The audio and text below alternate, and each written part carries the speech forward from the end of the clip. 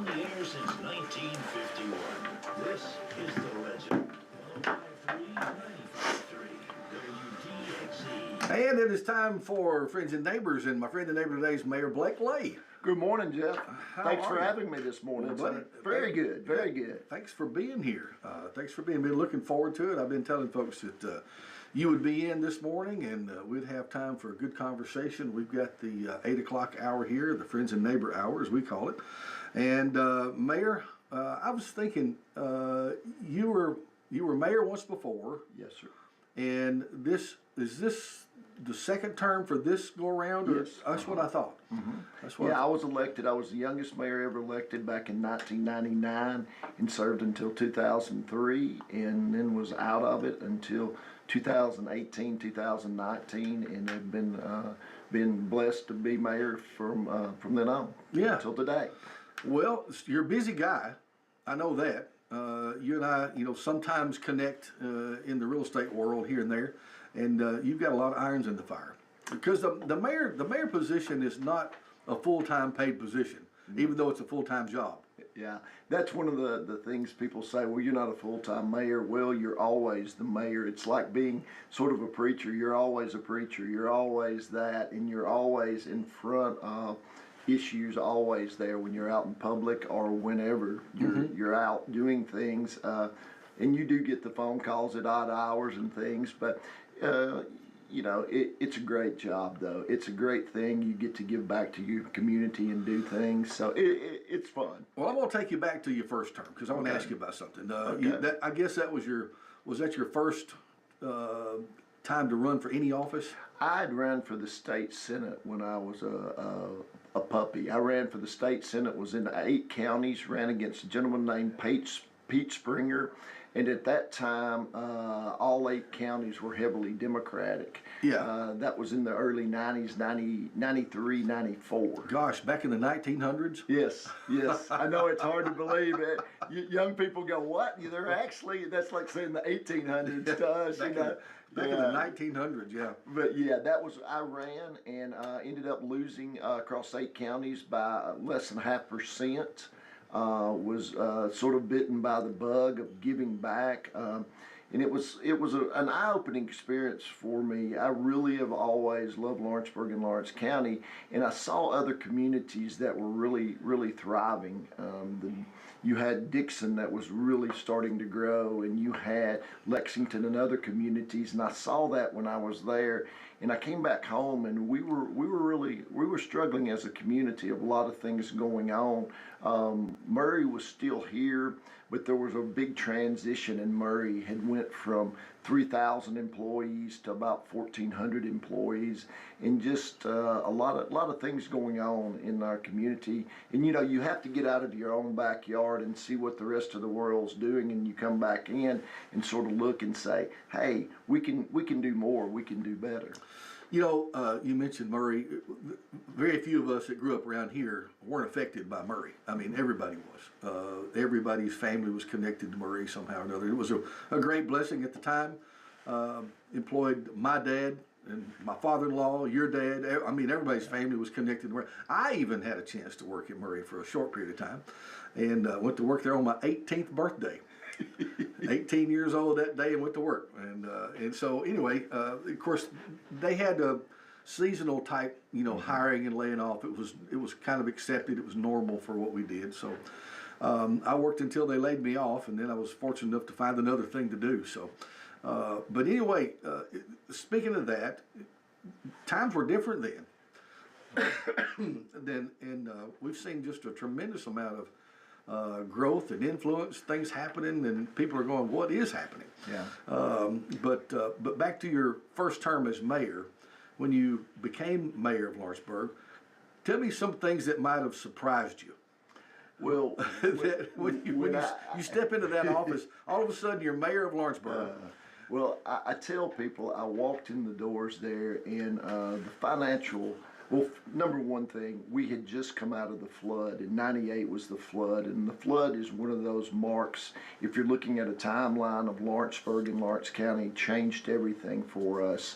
The flood had been devastating to all the infrastructure of Lawrenceburg, to a lot of people's lives and homes, and we were coming out of that.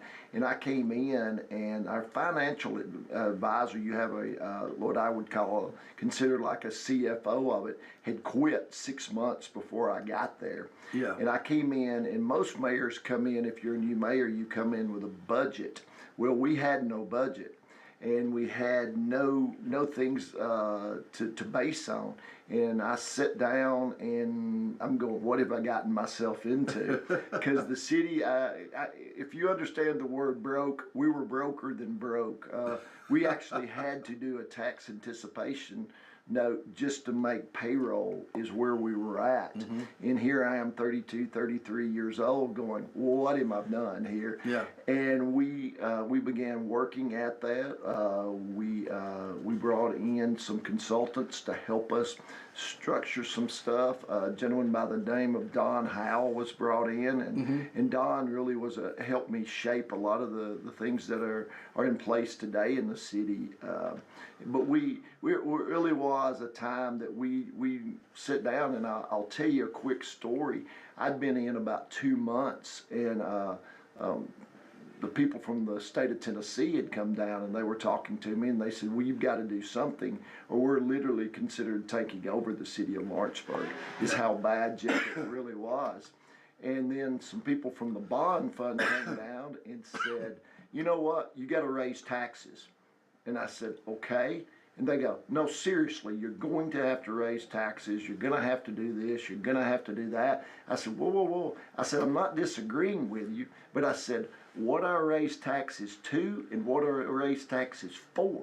I said, I have no financial. My person left. I'm trying to figure this out. Yeah. And sure enough, we were able to structure a plan for coming out of all that, and worked very hard to do that. And the first 4 years we didn't have to raise taxes. We had a planned tax increase in 2005. And then the last time property tax were touched in Lawrenceburg, which is pretty amazing, was in 2006, and that was a nickel reduction. So pretty well managed across the years in the city of Lawrenceburg to never have touched property tax since 2005. Really? And that was a reduction. That's pretty good. I guess that's pretty good. Yeah. Of course, people don't like taxes. They don't want to have to pay taxes. Although, if we don't pay the taxes, we can't have some of the services that we expect. Yeah. But we were able, we really came in. I had a great group of commissioners that worked with us, and we turned around and we addressed some of the major things that our form of government we were able to take a hard look at. And we actually changed the charter of the city that brought us a city administrator form of government. A lot of people don't know, but they had been trying to change the form of government in Lawrenceburg since 1952 and had not been able to do it. We were able to do that in about 2.5 years. Well, for those that might need a little rehearsing on that, can you talk about the differences between what it was and the new way that with the administrator? You had commissioners throughout Lawrenceburg's history until we got over 10,000 population. You had guys that were elected commissioners. You had a mayor, you had a commissioner of finance, and you had a commissioner of streets. When we got over 10,000 people, you added a commissioner of parks and recreations. You had the mayor, and all you ended up with 5 positions in that group. Well, in each one of those were elected to run the departments on a day-to-day basis. So for an example, you would elect a safety commissioner, and he would be over the police and fire, running on a day-to-day basis, whether he had any experience in law enforcement or not. Yeah. And then you would have a street commissioner that was elected, and whether he knew anything about a shovel and a road grader or anything. And it was an old 1913 form of government that was first used in Texas after a hurricane when you had to have rapid decisions. Well, it was a very out-of-date system, and the state had started talking to us in the 40s about getting rid of that form of government. The city took it all the way back to the 40s and into the early 50s, and they had tried to do it. But it was just a really tough form of government because the employees were voting for their bosses every day. And we saw a real problem in this because you could be chief of police one day, the election comes along the next day, you either didn't have a job or you were reduced to a patrolman strictly because you chose the wrong side of an election. Yeah. And it goes through, and what you had, instead of looking at the city as a whole, you would have commissioners, 3 commissioners gang up, and then you'd all of a sudden see 3 new fire trucks. Or we would go this way. It was never looking at the city in a whole because everybody was worried about their individual part of the city. It was siloed. Very much so. Yeah, each department. So yeah. So as opposed to now, we've got a different structure. So tell me a little bit about that. The structure today, you have a 5-member council. All of those, you have the mayor and your other 4 councilmen, and they represent the whole city. They run at large in the city. So you're not worried about one area of the city. You're worried about the whole. You're elected to do that. Then you have a city administrator that is a hired position of the city council to do that. And under that, then you have department heads that are professionals that do it. You have a fire chief, you have a police chief, you had head of public works, you have somebody over parks and recreation. All of those positions report directly to the city administrator. Right. Then you have a CFO in the financial department, which is like a company. So imagine a company structure. You have a board of directors, which is what the mayor and the group do. And for a better term, the mayor is the chairman of that board. Sure. But then you turn around and the city administrator is the president, CEO of the company. Then you have a head of finance, which was Linda Adair just a few days ago. She was head of finance, like a CFO, and then it goes down to department heads that run it, all the way to our employees. And City of Lawrenceburg has about 152 plus employees, and I can't say enough for our department heads. A lot of them have been with the city a number of years and do an incredible job. Most important thing about it is I tell them, I said, we just stay out of the way. If you can keep the politicians out of the way of our department heads and city administrator, city seems to run very well. Yeah, if they have the freedom to do their jobs like they're supposed to do. Yeah. And it really is. We put this form of government back in 2003. And it's gotten more and more and more in the system. Most people don't even remember the old form of government or anything about it. It's funny that you mentioned it, and it really has come back to. It's really set the city on an incredible path of growth, and a lot of it is just the form of government has made a huge difference. And that was one of the things that we recognized when the group that I came in '99 saw. And one of the things I always say, you take, and we had good people before us in those positions, but you put good people in a bad system, you're not going to get the results you want out of it. And that was one of the issues with the form of government. Well, the system does seem better. It does seem this, I mean, it's obviously a better way to do that, a more efficient way, I think. Looks like to me, anyway. Well, what it allows us to do is spend time as elected officials. The old system, we had to spend every bit of our time. I tell people 85% of elected officials back under the old system had to spend their time looking inward to the city, just making sure the garbage is picked up, this is done, this is done. Yeah. When you turn it over to what I call the professionals, now I get to spend 95% of my time looking out.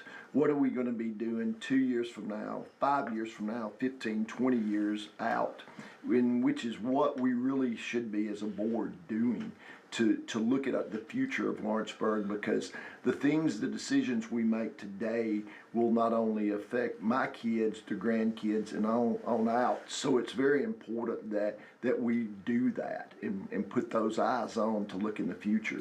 What kind of coordination has there been in those efforts? I know that, like a lot of Tennessee, Lawrenceburg has experienced quite a bit of growth in recent years. Mm-hmm. Maybe not as much as some other spots in Tennessee, but we're affected. Mm-hmm. And we're in a place where I think, and I see this in my work, Nashville affects us, Huntsville affects us, Athens affects us, and just we're kind of in the middle of a triangle of a lot of happening.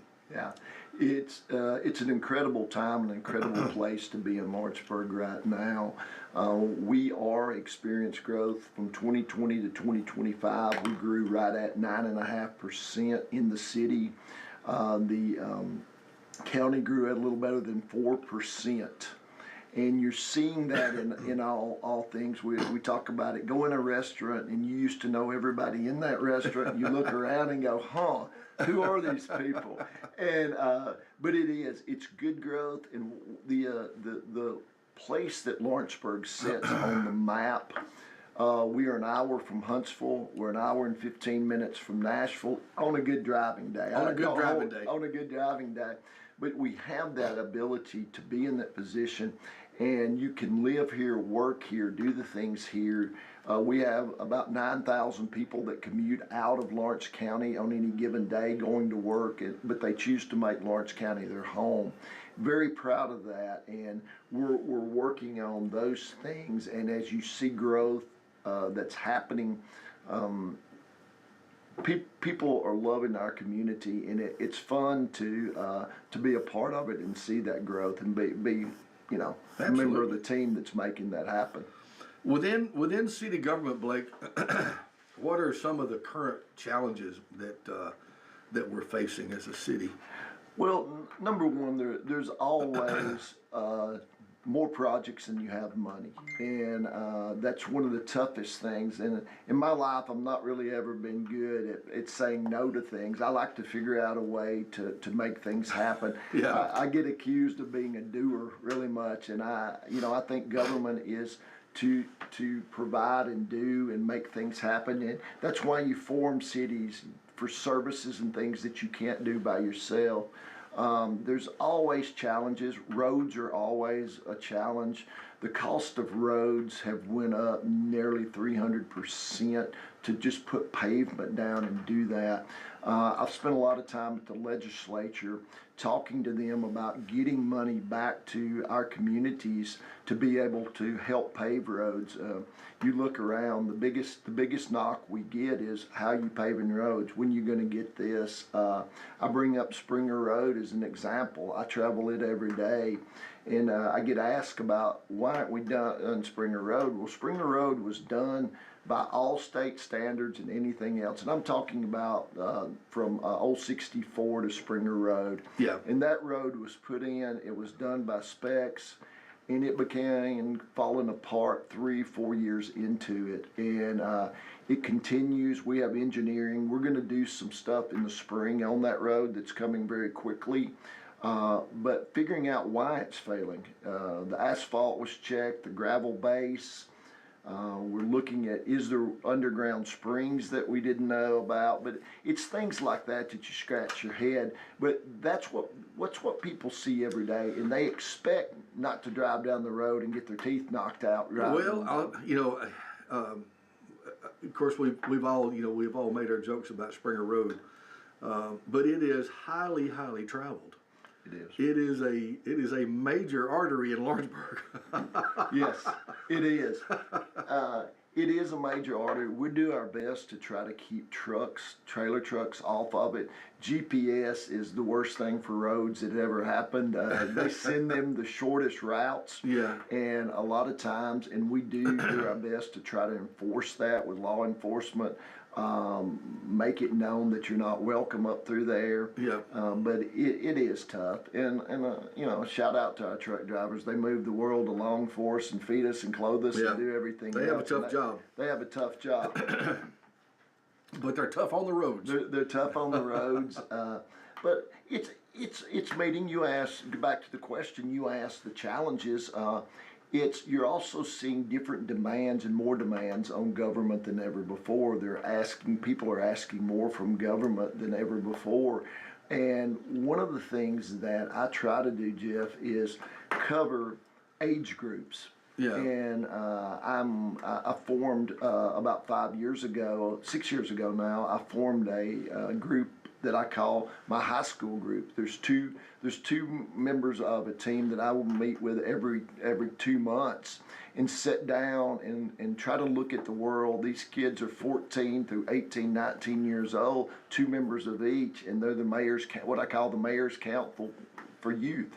Okay. And I'm looking at, what do you see? What do you like? What do you don't like? And never underestimate these kids. They're brilliant. They know things. They collect information differently than we do. They learn.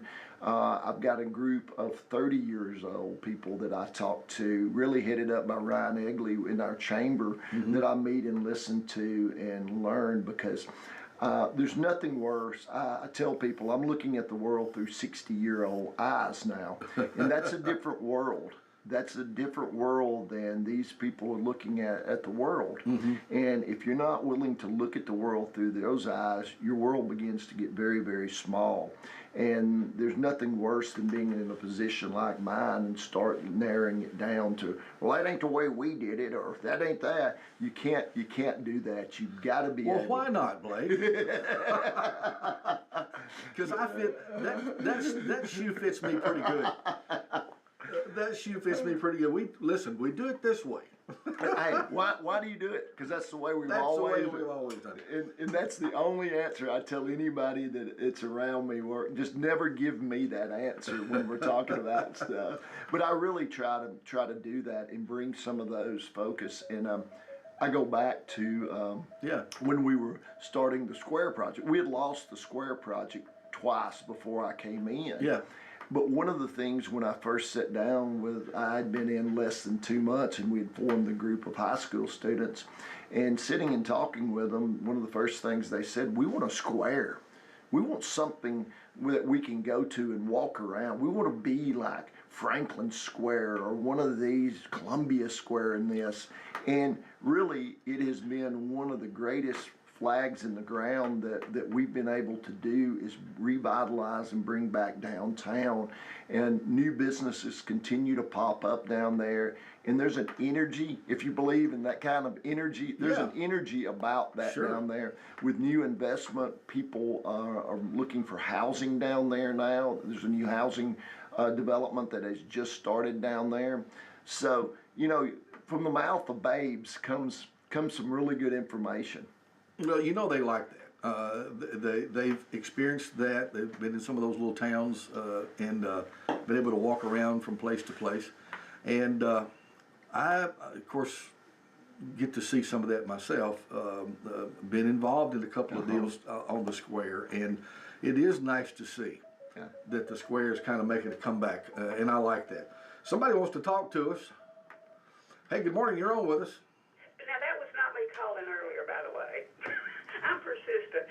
No, I grew up on Waterloo Street, and the happiest years of my life was the 50s and the 60s. Growing up on Waterloo Street and walking to town, and so I am very interested. I think the only way you're going to bring a lot in is going to be tourism, because there's so many people that go out of town. And I was going to throw out something to you might think about besides age. You're thinking about age of people that lived here, but you've got so many subgroups now. You've got people who've moved in who haven't lived in Lawrenceburg before. But you have people like me. I came here originally 20 years ago trying to help my mother. She lived to 100. And then, but the point I'm making is I'm probably staying here a while, but I'm running into people that, like me, I've got a friend moving back after 60 years gone. She still has family here. But these people look at things very differently, not because let's just put it this way. One of my classmates came back to a reunion and said, I'm not interested in the new high school. I want to go a tour of where it used to be. Yeah. And the reason I'm throwing this out is their loyalties. They loved it here. They grew up here. But their children or grandchildren are some other places.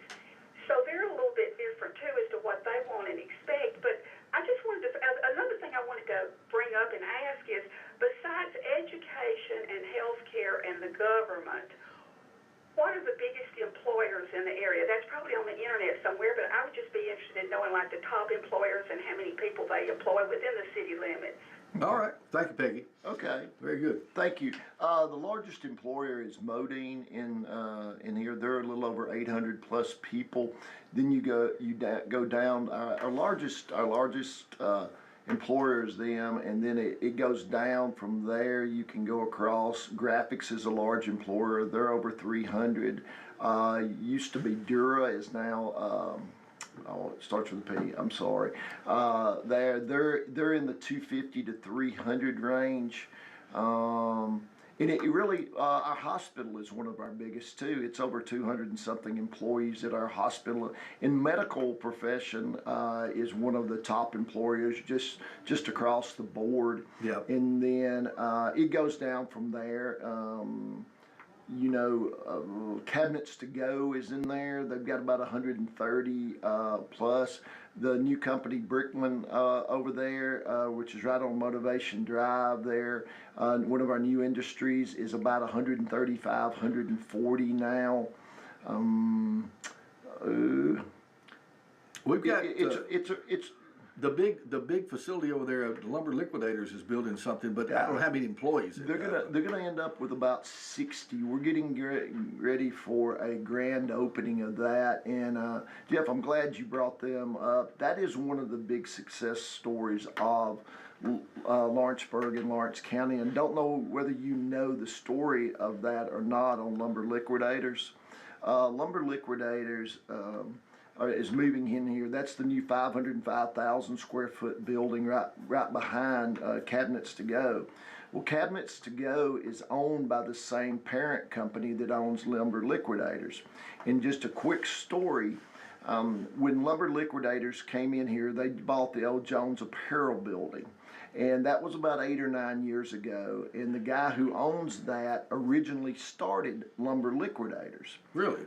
Lumber Liquidators turns around back in the day. He took the company public, was on the board of that company for years, then turned around and got voted off that board back in the day. Well, he formed Lumber Liquidators, found Lawrenceburg. Cabinets to Go is here now. All that's going well for him. Well, in 2024, in October of 2024, he turns around and buys Lumber Liquidators out of bankruptcy. Oh my. Well, their operation was based in Virginia. So they turn around and come back, and he says, I'm going to move out of Virginia. I'm moving the corporate headquarters, the main distribution out of Virginia. And he said, I'm moving to Lawrenceburg. And that says more for the way we do business, the way our workforce, the people that work for us. We can sit and put on a dog and pony show to attract new business and do this. But when somebody's had 8 years of proven record of working with the city officials, county, and our economic development team, and somebody makes a decision like that, and that is a $30 million investment into our community that's going to employ 50 to 60 plus people. And, a story that needs to be told is that right there, because this company could have moved anywhere. And just something to remember that makes a huge difference when you get a win like that. Absolutely. Because they said, we want to be in Lawrenceburg because of our past experience of being in Lawrenceburg. Yeah. And that's just, that makes you smile. When you go by there and see the construction and the work going on, makes you smile. And not only that, you've got the industrial park up north of town, and a lot of development happening there. Yeah, you just saw Craig Manufacturing about a $12 million investment into that. That's a Canadian-based company that's employing about 80-something, 90-something people now, higher wages, higher skill level there. And then you can't say anything but what Magna's doing. Magna is up to about 140-something people.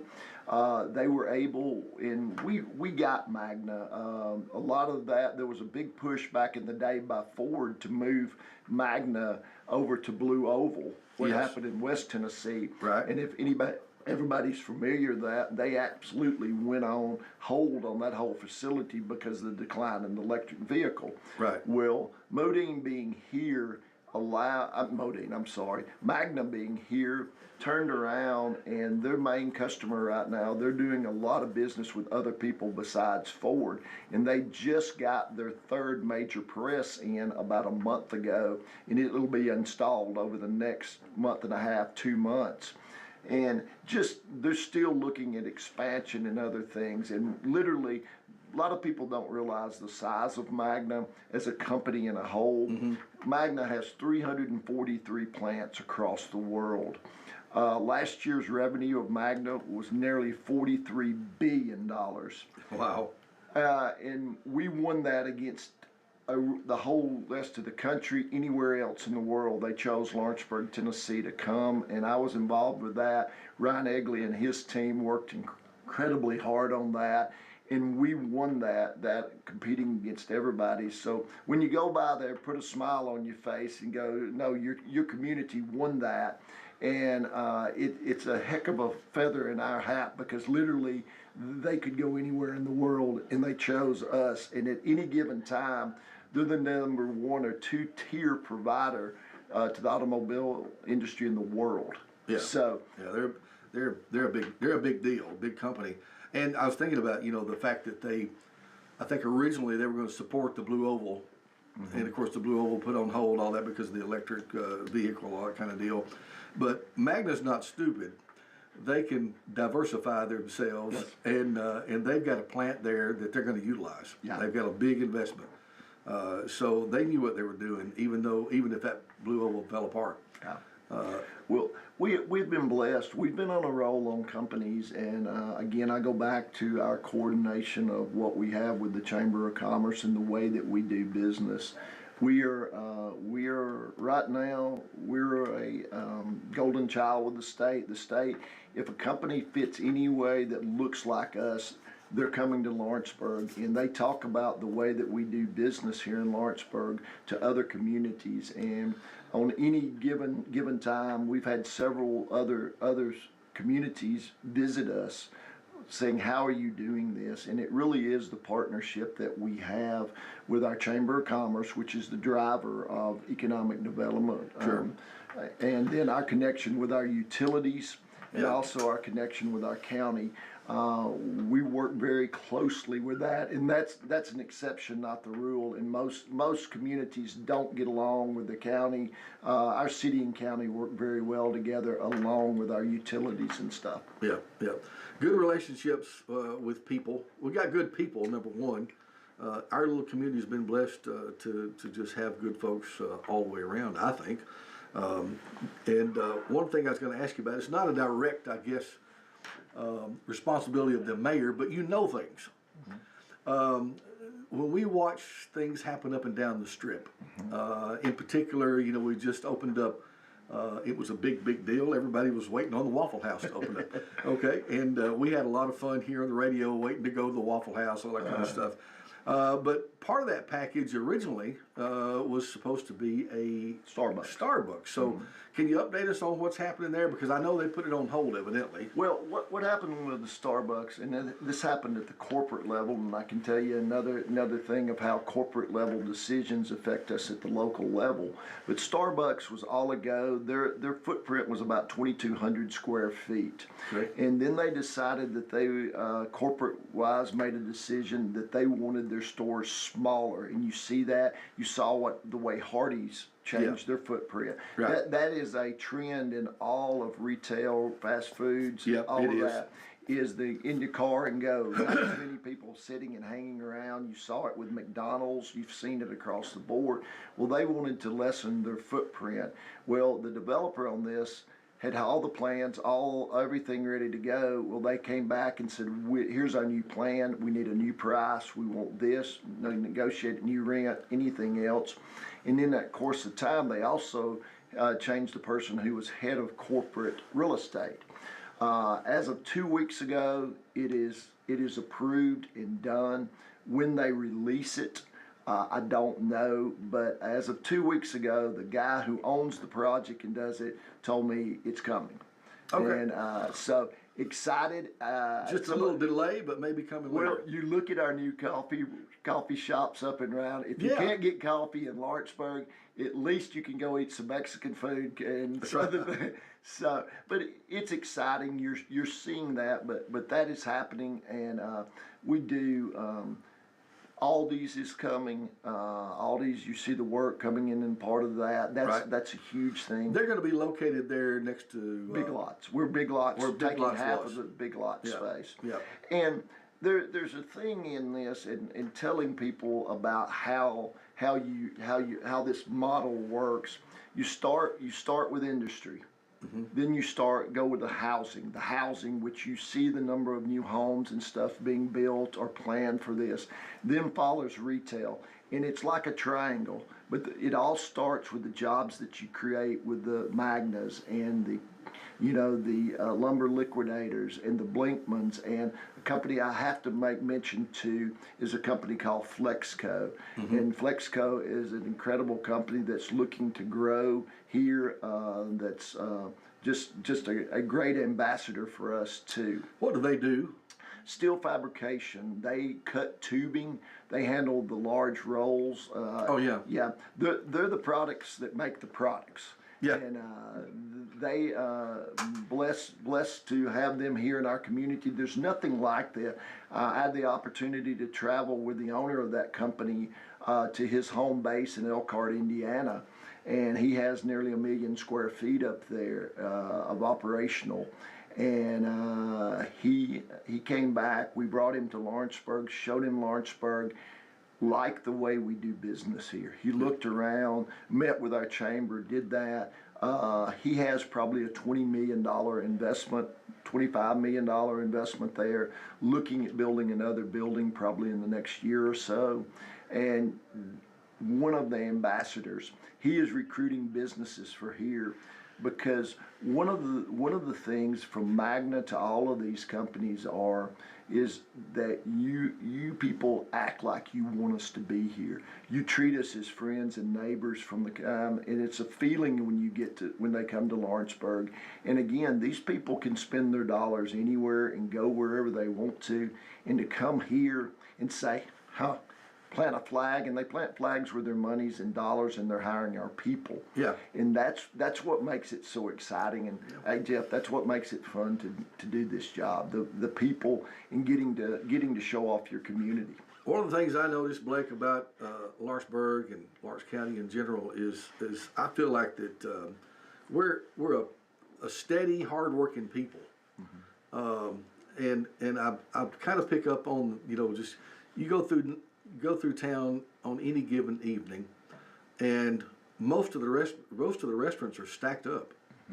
I mean, they're pretty much somebody's eating out every night, and it's because I think we're a working community. Yeah. For the most part, people are either like you say, some of them commute and try to get back home, I guess, meet up with the family or something like that, or they've just worked all day, don't want to cook, that kind of thing. And nothing wrong with cooking at home, but I'm just fascinated sometimes at how busy life in Lawrenceburg is. It's been really amazing to watch that. We are a destination city, and people look at me sort of funny when I say that. The city of Lawrenceburg swells to a town of about 25,000 every day, coming to our Walmart to shop, our Kroger's to eat, to do these things, to work in our factories. Yeah. And when that happens, they're spending dollars in here, and they're doing these things and then leaving.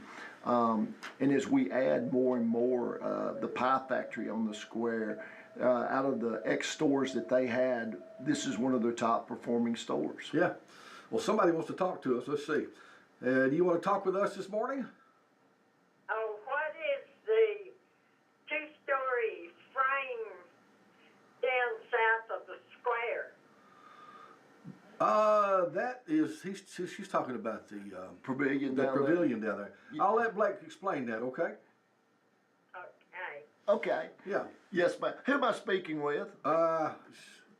Miss Venable. Miss Venable. Okay, Miss Venable. That was a project, a county project through the health department, funded by them through a grant. It is a part of the farmers market, access to walking from neighborhoods where you can walk. It is a pavilion built to that the city worked with the county to be able to do.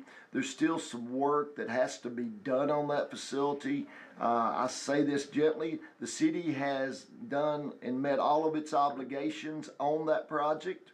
It is a county-owned project, and so there's some more stuff that's going to happen with that. I think it's going to be addressed in the county's next budget to finish that. But it is a gathering place where you could have venues, everything from outdoor weddings to it's really designed for a marketing and produce kind of things. Is it open? Is it open to public use by anybody? Yeah, you just have to call and reserve it. We've got signs on it just to keep people from hanging out and doing there, Sure. but it can be reserved. Okay, so it's a public use Yeah. area for any kind of outdoor function, I guess, or covered pavilion type function.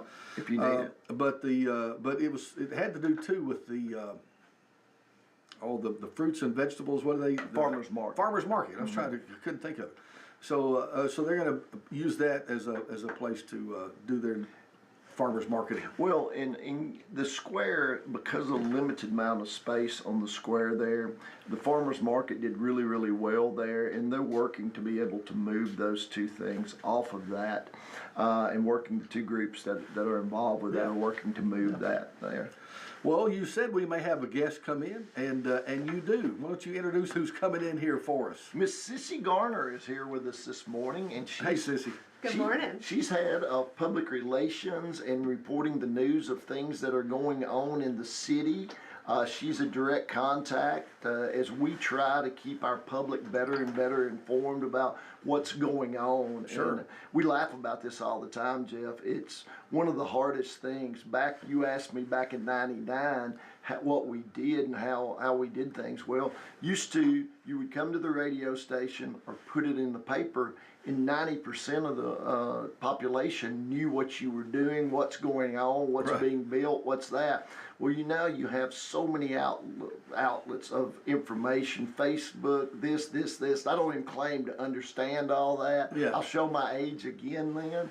And so we understand that we're trying to communicate across all age groups, Yeah. all this, and really you got to bring somebody in that understands how to do that.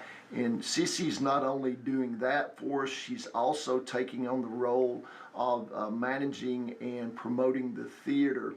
We have one of the greatest theaters around. People That's true. Look at Envy. When you have 1,000-seat theater that's sitting there, it's a beautiful, beautiful place, and we're trying to learn how to maximize that. One of the callers talked about tourism. Yeah. One of the greatest things we have is tourism coming to the city, Yeah. and that allows us to bring more people in that theater. Just look at what the Balm Festival does for us. Absolutely, absolutely. Well, Sissy, tell us a little bit about your world.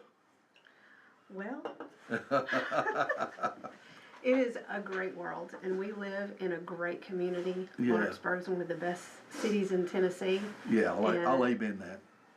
I mean, it just is, and there's a lot of great things going on in the city, and it's my pleasure to be able to communicate those things. And so I'm always open. I'm going to share my work phone number. Okay. And it's 931-300-8224, and anybody can call that number, and I'll be happy to answer any questions about communications with the city or Crockett Theater. Well, tell us a little bit about Crockett. I mean, I know all of us are familiar with Crockett Theater, and I grew up loving to go there with the movies there growing up, and now there's plays and events. In fact, they've got a play going on this weekend. So the Lawrenceburg Community Theater is doing The Little Mermaid Junior, and this weekend, opening night is Friday night at 7, and then there's another performance on Saturday night at 7, and then a matinee on Sunday afternoon at 2. And I think it's going to be a fabulous show. I've seen little bits and pieces of rehearsal. Oh, they have a big time. Blake actually went and sent me pictures. He just sat in on some rehearsal. Yeah. And I thought that was really sweet. He sent me pictures, and I said, "Are you there?" Yeah. And they really appreciated him being there. A lot Yeah. of them saw that, and just having that community involvement. And I was involved in the community theater when I was a young girl. Yeah. And having that history with them, and so many of those people are still involved. Oh, yeah. And they bring they're such an asset to this community, and now really bringing more people in and the children, it's you can't beat it. It's just a wonderful thing, and so I think the show's going to be great. We do have some tickets still available. They're not a lot. They're going fast. Yes, and so I have office hours at the Art Center, which is right next door to the theater. And if you want to come purchase tickets, or you can purchase online through the city website. But I'll be there from 1 until 4:30 today. If Okay. you want to pick up tickets or come purchase tickets, I'll be there. Very good. That's good to know. That's very good to know. Well, let's talk about the one of your responsibilities there, of course, is the theater and promotional events. Tell me how that works. I mean, let's just say if I had the bright idea that I wanted to promote a concert and get somebody, is that something that's available to me or anybody, or how would we do that? So call the number that I gave you. You can call me and we'll talk about it, and we'll find out what you have in mind and how it fits with the theater. And you know, sometimes the theater for a particular talent isn't going to fit for what they want to do. Sure. But so we talk about how it's going to fit for both of us. Sure. And then we move forward with finding a date to schedule it. And we rent the theater for various things. And there's different ways to set up, if it's talent, if it's a concert, a musical concert, there's different ways to structure that. And Sure. so that's just a conversation we would have. Very good. Yeah. Very good. I have in my mind, Blake, threatened to do that several times, contact some artist and see if I could actually promote a concert and have one. I've never tried it, Well, but I think I could. Hey, I think we should try it. But I think I could.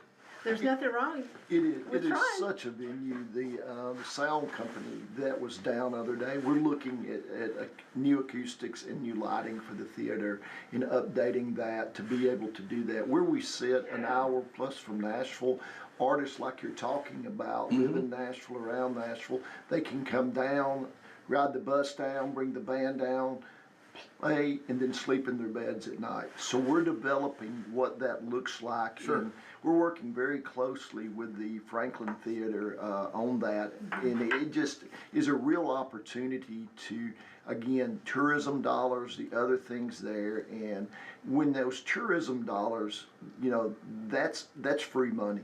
And you see that every time. And we're with the theater, it's just an opportunity not only to use for the entertainment size, but for a venue for business meetings, the convention business. Yeah. Now that we have our new hotels coming online, we can go after some of these things, and we've already started that. The Hamptons should be opened in the next 2 to 3 months.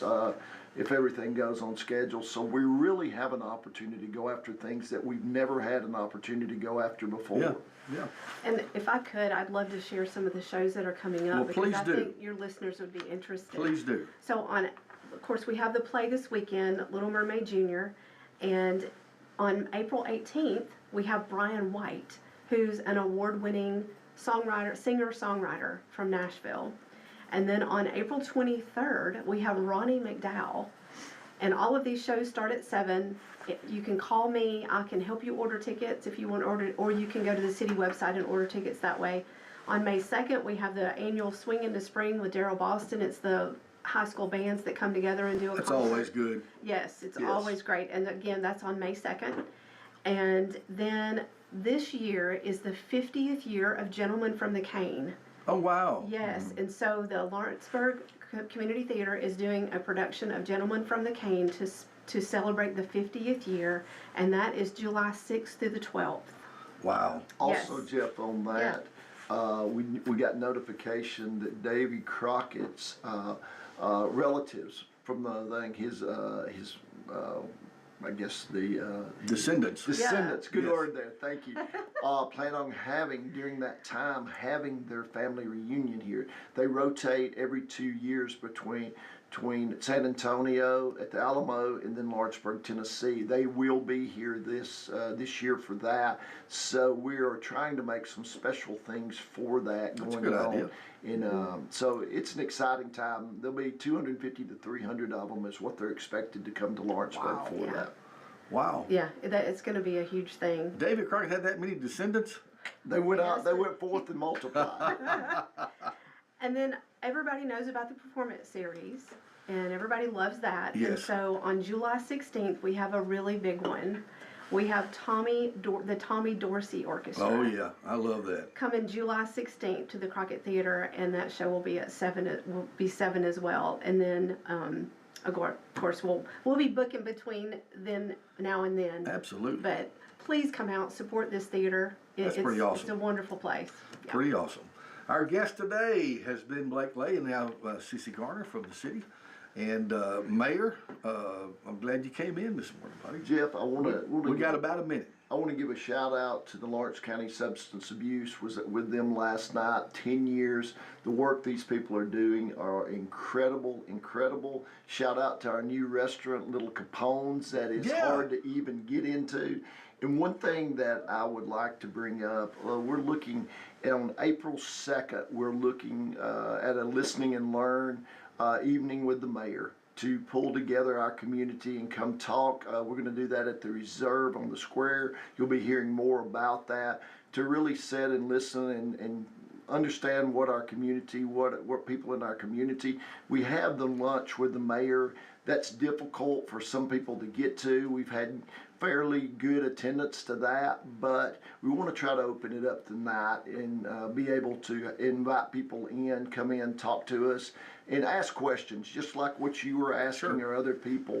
And you know, the best way to communicate is to be able to face and have that and answer some questions. So you'll see more of that in the next week or so about getting that out. Keep us posted. We'll try to get there, and I'll let folks know. So Thank you so much. Thank you guys for very coming much. in. Had a great time with you, and look forward to doing it again. We'll have you again. Yeah, we sure will. But we've got to go now. All right. Well, thanks so much. Have a blessed day. Thank you. You too. Thank you.